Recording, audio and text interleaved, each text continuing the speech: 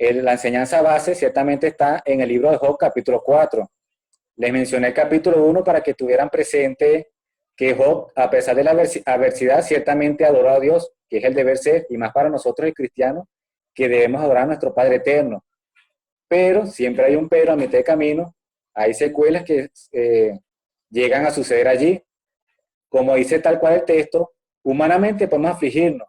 Nuestra naturaleza humana de por sí es débil. Podemos sentir miedo, dolor, angustia. Además, son las circunstancias que ponen a prueba nuestra fe y allí realmente se va a medir la fe de cada uno de nosotros.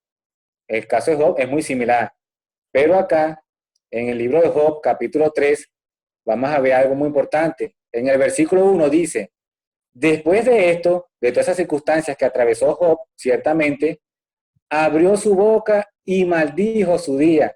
Es decir, Job, después de haber adorado al Padre Celestial, dice claramente que abrió su boca, comenzó a quejarse, a maldecir. O sea, vemos la condición del hombre. Cuando ya los sucesos lo comienzan a agobiar, la gente tiende a cambiar, que es algo interesante.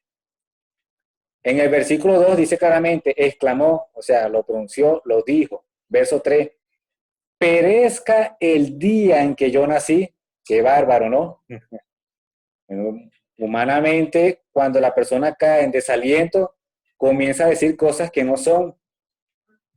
Dice claramente, perezca el día en que yo nací. O sea, muchas veces cuando perdemos prácticamente la esperanza y la confianza en Dios, comenzamos a decir cosas que no son. Ciertamente abrimos nuestra boca ante nuestros familiares y ante otras personas y comenzamos a decir realmente cosas que no deberíamos decir, y más en la condición de cristiano, porque ciertamente el día domingo o los días de reunión o en los grupos, sí hermano, Dios te bendiga, pero cuando estamos a solas, realmente decimos cosas que le agradan a Dios. Por eso queremos siempre examinarnos cada uno de nosotros. Tenemos el gran ejemplo de Jonás. Jonás quiso huir de la presencia de Dios, pero nadie puede huir de la presencia de Dios. Podemos engañar al hombre, mas no a Dios. Dice en el mismo versículo 3, al final, y la noche en que se dijo, varón es concebido. O sea, comenzamos a decir cosas que no debemos. El verso 4 es interesante por cómo se expresa Job en este caso. Dice claramente, sea aquel día sombrío y no cuide de él Dios desde arriba, ni claridad sobre él resplandezca. Entonces vemos la condición de Job. Número 1, Job perdió sus familiares, sus ganados, sus siervos, entre otros. Ese es número 1. Número 2, ciertamente adoró al Padre Celestial. Pero número 3, comenzó a quejarse. O sea, luego de la adoración o de la alabanza a Dios, comenzamos a decir cosas que no son. Pero es necesario tener presente en los corazones de cada uno de nosotros que esas pruebas debemos realmente tenerlas en nuestros corazones. ¿En qué sentido? Número 1, es necesario pasar por esas situaciones, porque si no pasamos por esas situaciones, difícilmente podamos expresar confiadamente y con convicción la esperanza en nuestro Padre Celestial. Como dije en un principio, de boca es muy fácil decir, yo creo en Dios, yo confío en Dios. Pero en la chiquita, en Juan 16, capítulo 16, verso 33, Jesús claramente dijo, en el mundo tendréis aflicción. Y este verso siempre lo estaré asomando en muchas de las enseñanzas, porque Jesús nos está queriendo decir que nadie escapa de las adversidades, o sea, todo el mundo vamos a pasar por ellas. Pero hay una gran condición. Dice claramente, confiad, yo he vencido el mundo. O sea, nuestras cargas, nuestras pruebas, nuestras angustias, nuestros temores deben reposar en las manos de nuestro Padre Celestial, o sea, dejarlo todo en las manos de Él. Si tenemos sustento, tenemos abrigo, tenemos un lugar donde descansar, donde dormir, debemos ser agradecidos. Muchas personas ni siquiera cuentan con eso, ni siquiera cuentan con una comida o un pan del día a día. Y Dios ciertamente de algún modo u otro nos provee a nosotros. También debemos recordar y tener presente número 2, es allí donde ciertamente es probada la fe de cada uno de nosotros. Y para eso les invito a leer en la carta de Primera de Pedro. Es muy importante ir a esa cita. Primera de Pedro, capítulo 5, y veamos las instrucciones que da el apóstol Pedro en cuanto a este caso también, lo que debemos hacer. Primero de Pedro, capítulo 5, desde el verso 6, dice claramente, humillaos pues bajo la poderosa mano de Dios, para que Él, nuestro Padre eterno, os exalte cuando fuere tiempo, echando toda vuestra ansiedad sobre Él. O sea, aún en la condición de cristianos, también vamos a pasar por estas pruebas. Pero ¿qué debemos hacer nosotros?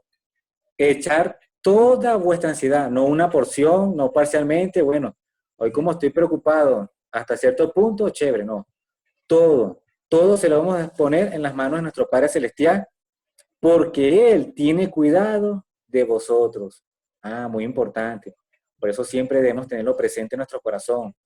Versículo 8. Sed sobrios y velad, porque vuestro adversario, el diablo, como león rugiente, anda alrededor buscando a quien devorar. O sea, imaginémonos nosotros en la condición del cristiano, afligido, desalentado, nos dejamos llevar por las noticias, sean falsas o no.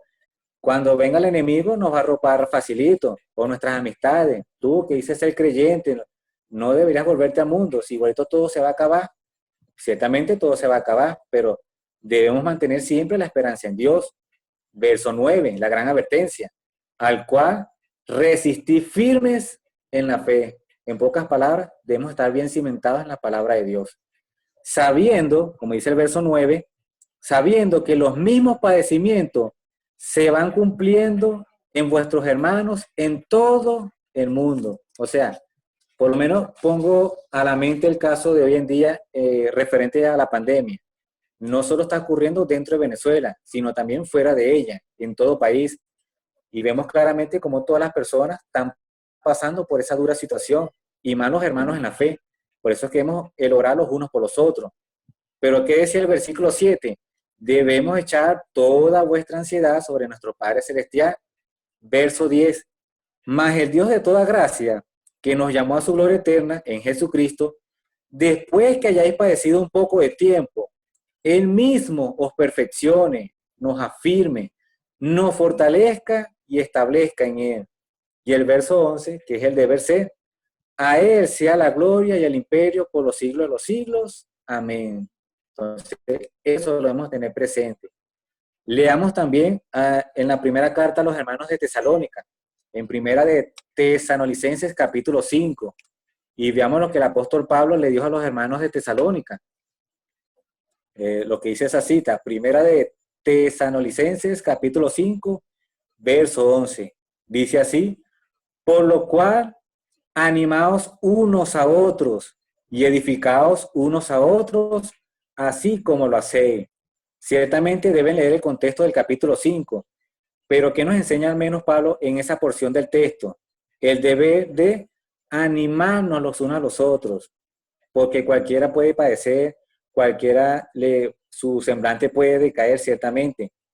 Entonces, ¿qué debemos hacer nosotros? Alentarnos, animarnos los unos a los otros, que es el deber ser, y más siendo hermanos en la fe.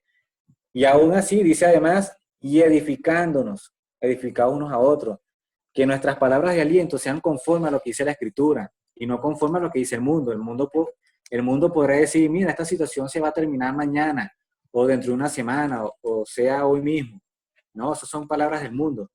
Aún en la adversidad o en las bendiciones o en la bonanza, debemos ciertamente alentarnos siempre a estar cimentados en la palabra de Dios. ¿Y qué más debemos recordar o tener presente? Que estas pruebas son ciertamente temporales. Y vamos a leerlo de manera textual. El punto número 3. Estas pruebas son temporales. Leamos en Romanos capítulo 8, verso 18. Y veamos lo que el apóstol Pablo también le dice a los hermanos que estaban allá en Roma. Así como se lo dijo el apóstol Pablo en aquel momento a los hermanos de allá, también se aplica para cada uno de nosotros. Por eso es que siempre debemos alentarnos conforme a lo que dice la Escritura. Leo textualmente la cita de Romanos capítulo 8, verso 18. Dice, pues tengo por cierto que las aflicciones del tiempo presente no son comparables con la gloria venidera que en nosotros ha de manifestarse.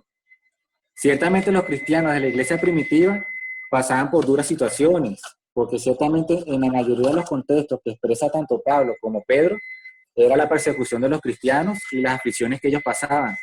Pero siempre debemos hacer como un contraste o una analogía en cuanto a la situación actual. O sea, las aflicciones del tiempo presente ciertamente no son comparables con lo que realmente ha de manifestarse. ¿Y qué se ha de manifestar? La gloria de nuestro Padre Celestial y de estar con Él allá en los cielos. Por eso el deber siempre de alentarnos los unos a los otros. Si no nos alentamos, óchale, vamos a perder la esperanza de nuestro Padre Celestial. Por eso siempre debemos hacer el esfuerzo de seguir siempre adelante.